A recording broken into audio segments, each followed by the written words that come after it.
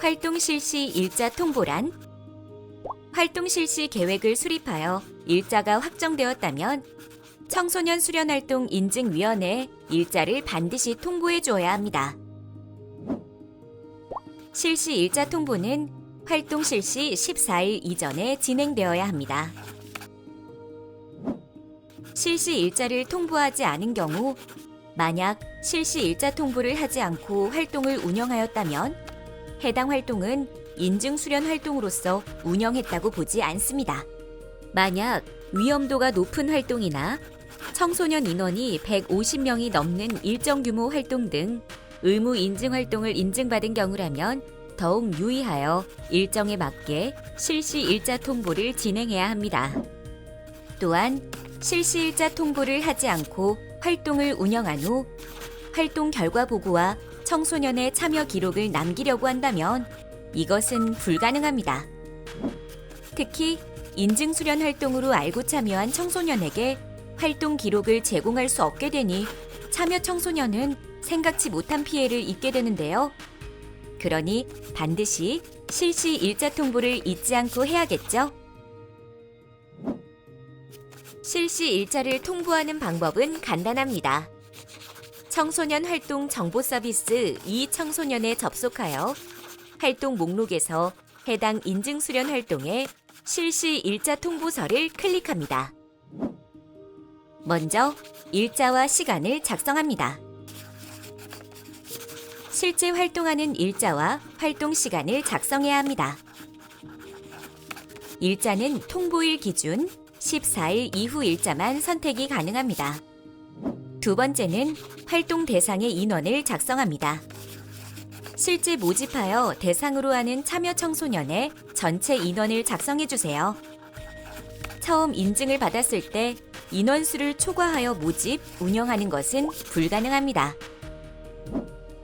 세 번째는 운영 담당자의 정보를 작성합니다. 인증받을 당시에는 운영 담당자를 최대 3명까지 등록할 수 있었습니다. 그중 해당 활동을 실제 진행하는 운영 담당자 1명을 선택하고 연락처를 함께 작성합니다. 이 경우 인증을 받았을 당시 등록하였던 운영 담당자 외 다른 담당자로 운영 담당자가 변경되었다면 기타로 두고 실제 담당하는 운영 담당자의 이름을 직접 기입해야 합니다. 또한 운영 담당자 변경 신청을 반드시 함께 진행해야 합니다. 네 번째는 참가 형태를 선택합니다. 단체가 모집되었을 경우에는 단체명, 단체의 담당자 이름과 연락처를 작성하고 학교 단체가 모집되었을 경우에는 학교명, 인솔교사 이름과 연락처를 작성합니다. 다섯 번째는 가입한 보험 서류를 증빙합니다. 만약 인증 수련활동 배상책임 보험을 지원받고 싶은 경우에는 기타 사항에 해당 내용을 작성합니다.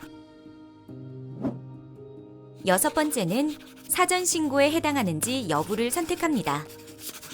우리 기관이 신고해야 하는 대상일 경우 해당 활동이 숙박형 활동이거나 의무 인증 대상 활동이라면 신고를 해야겠죠? 사전에 신고가 되어 있는 활동이라면 신고를 선택하고 신고 번호를 불러옵니다. 해당 활동이 신고 대상이 아니라면 해당 없음을 선택합니다.